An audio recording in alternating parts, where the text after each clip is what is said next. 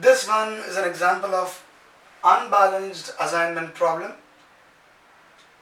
Unbalanced means, look at the sum, you got 5 columns, J1, J2, J3, J4, J5. Look at the previous sums. If you compare number of rows and columns, all the sums that we have solved earlier, you will find number of rows were equal to number of columns. But here, you got 5 columns but only 4 rows. So let's assume that there are 5 jobs to be done and you have got 4 people. Okay, these are the 4 employees, P1, P2, P3, P4. Okay, now the question is, how would you allocate these 4 employees with 1 job each? This question, let's assume that you are given cost in thousands. So if it is cost in thousands, this becomes a minimization problem. Now, only thing that is different here is that number of rows is not equal to number of columns. And in this example, this is a restricted unbalanced assignment. What do we mean by this term restricted? Look at it. P1, J3, I have marked it as X. It's a cross. Means this employee P1 is not capable of doing job 3. Means what? You cannot allocate P1 with job 3. Simple. Now, P3 cannot be given J4. For some reason, either he is not capable to the job or this particular assignment, P1 J3 combination and P3 J4 combination is not allowed. Which means, in your entire Hungarian method procedure, just ignore this cell, consider this one as a dead cell. Do not make any operations here, keep it as X. We proceed. The first step in solving unbalanced problem is, look, number of columns are 5 but rows are only 4. So to make both rows and columns same, what we will do is, we will add a dummy row. So if I make a dummy row, all the values here will be 0. Note that we are making a dummy row only to complete a given numerical, so that you are able to make a proper structure which will allow you to solve the sum further. Otherwise, there is no use of this particular dummy row. They will not consume any time, they will not consume any cost, they will not consume any resources. Therefore, the value here will be 0. So this only helps us to complete the numerical. Assume that you have got 5 rows but only 4 columns. So if it is a sum with 5 rows and 4 columns, we have to add one more column, call it as a dummy column. So whichever is short, if it is row or a column, you make a respective dummy row or a dummy column to ensure that number of rows and columns are the same. Further, all of our procedures remains the same. So now, let's start with the first step, reduce cost table number 1, which you know is nothing but row minimization. So J1, J2, J3, J4, J5, P1, P2, P3, P4 and our dummy. We start with the Hungarian method. We go each row, look at the least number, keep on subtracting. First row, the least is 18. So 27 minus 18 will be 9. 18 minus 18 will be 0. Wherever I've got X, that is prohibited, restricted, let it be X. It is a dead cell where no allocation will be made. 20 minus 18 will be 2 and 21 minus 18 will be 3. Second row, look at the least number is 12. So this will be 19. 31 minus 12. This will be 12 plus 12, 24. This is 12 plus 9, 21. This is 0 and 5. Third row, the least is 16. So this will be 20 minus 16, 4. 17 minus 16, 1. X will 20 minus 16 will be again 4. This will remain as x, wherein no allocation will be made. 16 minus 16 will be 0. 4th row, the least is again 16 here. So this will be 22 minus 16, 6. 28 minus 16 will be 12. 20 minus 16 will be 4. This will be 0 and 11. Dummy row, already all the values are 0. So this will all be 0, 0, 0, 0.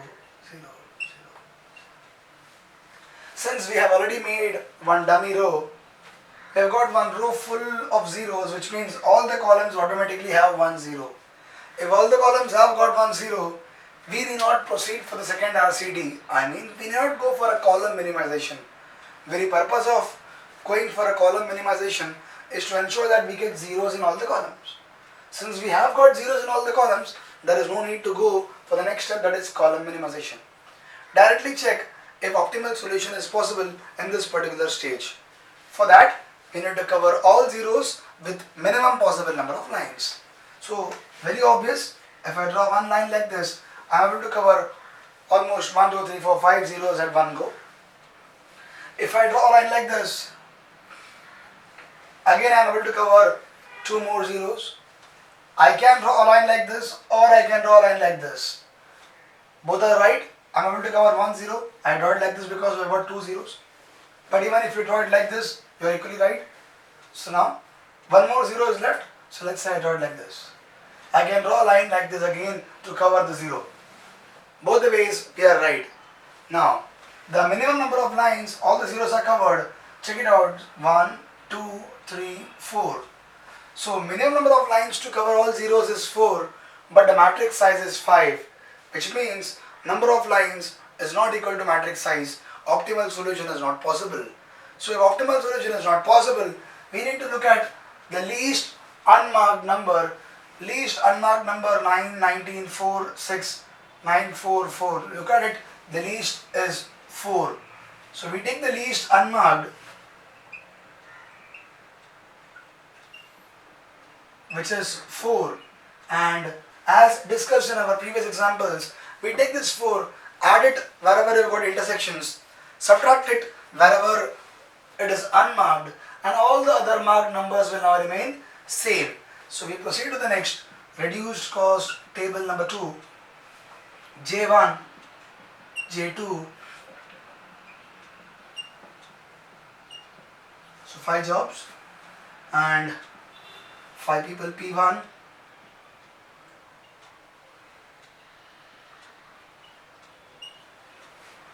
wherever unmarked you subtract 4. So 9 minus 4 will be 5, 19 minus 4 will be 15, 4 minus 4 will be 0, 6 minus 4 will be 2, 0 remains as 0 because it is marked.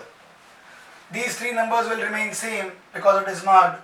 0, 12, and the number here was 1. So 0, 12, 1, 12, all remains same. 0 is at an intersection, so when it is an intersection you add, so 0 plus 4 will be 4.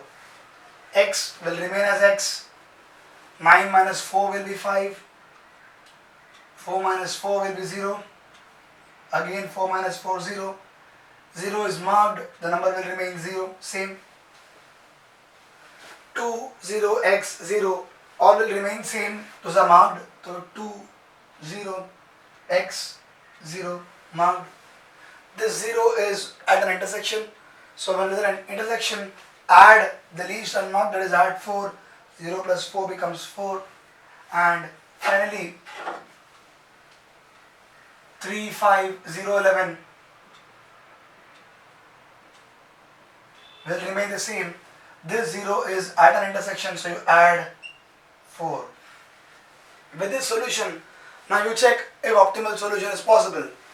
Now, if I draw a line like this, I am able to cover 3 zeros at one go.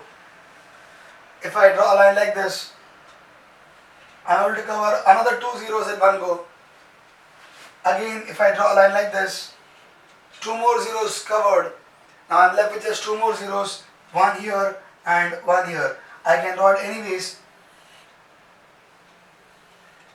Me drawing lines either ways, you will find that minimum number of lines to cover all zeros is 5 and the matrix size is also 5. In which case, optimal solution is possible. Now we proceed to make the assignment. Go to the first row. It has got only one zero. Remember, the rule is simple, that give preference to rows or columns with single zeros. That's it. First row has got only one zero. Allocate. Second row also has got only one zero. Allocate.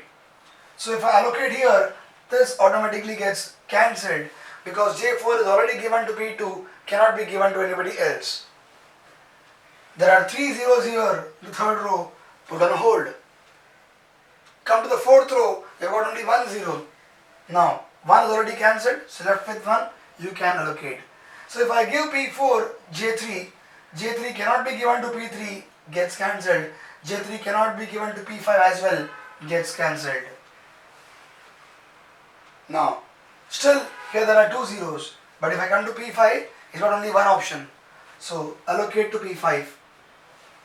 If I allocate to P5, J1 is given to P5, so J1 cannot be given to P3, gets cancelled.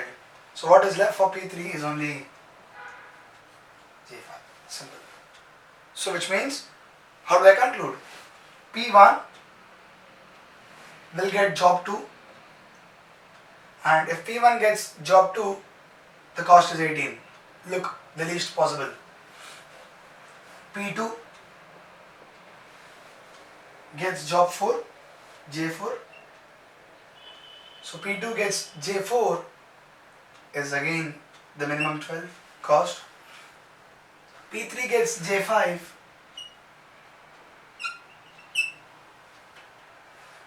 It is 16, and P4 gets J3. So P4 gets J3 is 20. P5 is nothing but a dummy. Dummy goes to J1, which is 0. Sum up. This will give you 18, 30, 46, 56, 66. Right. 18, 30, 46, 56, 66. This will be the total cost. So if it is in thousands, this will be 66,000 will be your optimal cost. We have learned two aspects with this numerical. One, whenever you have got rows and columns not equal to same, add one row or add one column depending upon the numerical to make it a balanced problem. And if at all you have got a prohibited root assignment problem or restricted assignment problem, in that case whichever combination P1, J3 is restricted, keep it as X. Just cancel it, assume it as a dead cell. Do not make any operations in that particular cell. It will remain dead cell only. These are the only two learnings out of this particular problem, restricted unbalanced assignment problem. Looking at my videos, we have gone through basics of assignment in my first part of assignment chapter, the very first video. In the second video, I have covered another minimization problem wherein you could easily solve a given assignment problem wherein there were no hassles of, you could find that the minimum number of lines were equal to the matrix size. In my third video, we learned wherein how to solve a particular numerical if at all you find that the minimum lines is not equal to matrix size. Further, in the next video, we learned how to solve a maximization problem when it comes to assignment, and with this particular video, we have learned how to tackle with a restricted unbalanced assignment problem. Definitely you should be able to solve numericals in this particular chapter by viewing these videos, and I hope this will be useful to all my viewers now. Any further doubts in this particular topic of assignment, You have my email ID with you, you have my contact details.